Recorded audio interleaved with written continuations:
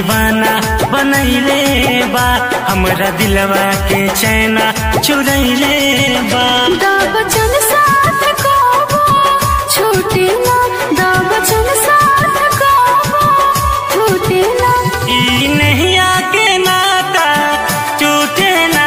हमरे अखिया के नींद उड़ा दिहला, हमरे अखिया के नींद उड़ा दिहला।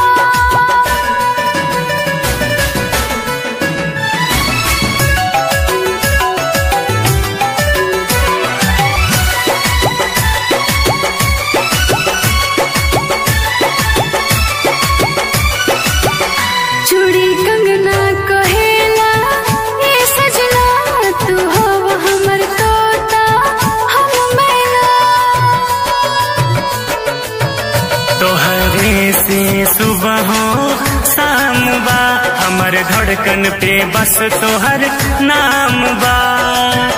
शुक्रिया खुदा दी हले मिलाई हो, करिले वादा के हूँ जुदा न कर पाई हो। हमरा मन के संवरिया बन गईलो, हमरे अखिया के नींद उड़ा दिहला, हमरे अखिया के नींद उड़ा दिहला।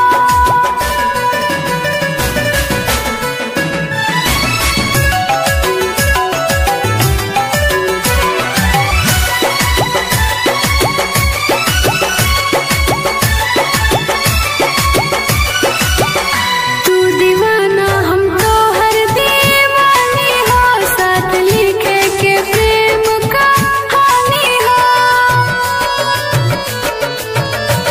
जी भरे न कतनो दीदार करी, का बताई हम कितना प्यार करी।